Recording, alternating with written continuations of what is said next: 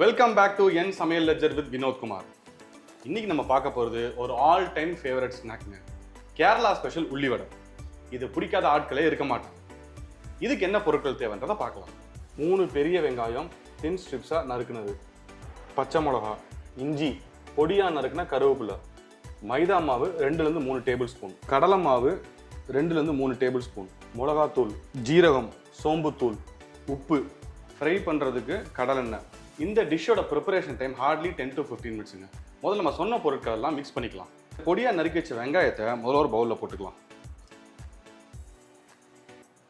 இந்த ஆனியனோட கொஞ்சம் உப்பு சேர்த்துக்கலாம், ஏன்னா ஆனியனில் தண்ணி விடும். நம்ம இந்த வடைக்கு நம்ம தனியாக தண்ணி சேர்த்துக்க போகிறதில்ல, மேக்ஸிமம் இந்த ஆனியனோட தண்ணியிலேயே நம்ம குக் பண்ண போகிறோம். இந்த ஆனியனை நல்லா மிக்ஸ் பண்ணிக்கோங்க. மிக்ஸ் பண்ணிவிட்டு ஒரு 5 மினிட்ஸ் ரெஸ்ட் பண்ணுங்கள். அப்போ தான் இந்த ஆனியனில் இருக்கிற தண்ணி வெளியே வரும். இப்போ இந்த ஆனியன் நல்லா தண்ணி விட்டுருச்சு. இதோட நம்ம கொஞ்சம் கடலை மாவு சேர்க்க போகிறோம். மாவு கம்மியாக சேர்த்துட்டு நீங்கள் அப்போதுக்கப்புறம் எவ்வளோ தேவையோ அதை சேர்த்துக்கலாம். நான் இப்போதைக்கு ஒரு டேபிள் ஸ்பூன் கடலை மாவு போட்டிருக்கேன். 1 டேபிள் ஸ்பூன் மைதா மாவு. இதோட நம்ம நறுக்கி வச்சுக்கிற பச்சை மிளகா,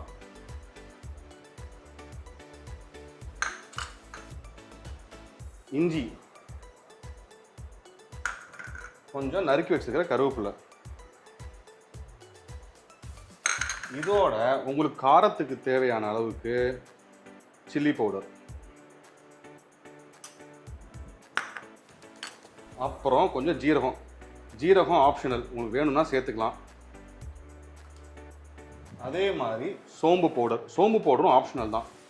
இப்போ இந்த போட்ட இன்க்ரீடியன்ஸ் எல்லாத்தையும் நல்லா மிக்ஸ் பண்ணிக்கணும். இது கொஞ்சம் நல்லா டைட்டாக மிக்ஸ் பண்ணணும். அப்போ தான் இந்த உள்ளி வடை கரெக்டாக வரும். ரொம்ப மேலாப்பில் மிக்ஸ் பண்ணால் சரி வராது.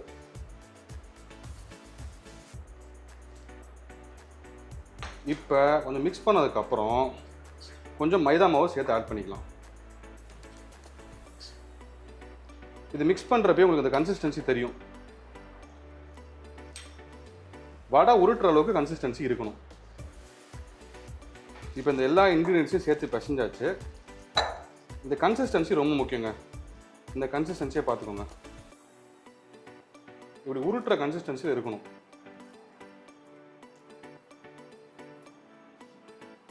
இப்போ நம்ம இதை ஃப்ரை பண்ண ஆரம்பிக்கலாம். இப்போ நம்ம இது ஃப்ரை பண்ணுறதுக்கு எண்ணெயை ஊற்றிக்கலாம். இப்போ அடுப்பை ஆன் பண்ணிட்டு மீடியம் ஹீட் வர வரைக்கும் வெயிட் பண்ணுங்கள். இந்த கேப்பில் நம்ம இந்த வடையை உருட்டி வச்சுக்கலாம். கொஞ்சம் தண்ணி வச்சுக்கோங்க. தண்ணி வச்சுட்டு கையில் தொட்டுட்டு உருட்டினா கொஞ்சம் ஈஸியாக உருட்ட முடியும்.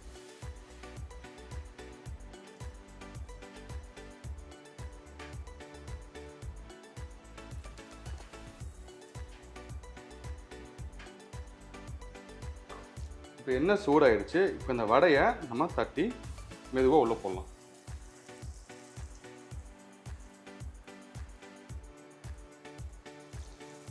இது கொஞ்சம் பொறுமையாக ஃப்ரை ஆகட்டும், ஏன்னா உள்ளே வேகணும். இதை ஒரு சைடு ஃப்ரை ஆனதுக்கப்புறம் திருப்பி போடுங்க.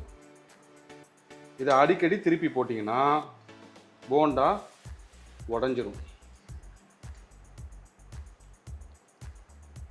இது நல்லா கோல்டன் ப்ரௌன் ஆகிற வரைக்கும் நல்லா ஃப்ரை பண்ணுங்கள். மீடியம் ஹீட்டில் ஃப்ரை பண்ணுங்கள், அது ரொம்ப முக்கியம்.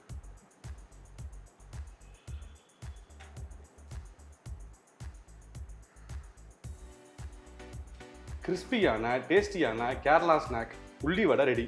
இதை கண்டிப்பாக ட்ரை பண்ணிட்டு சொல்லுங்கள்.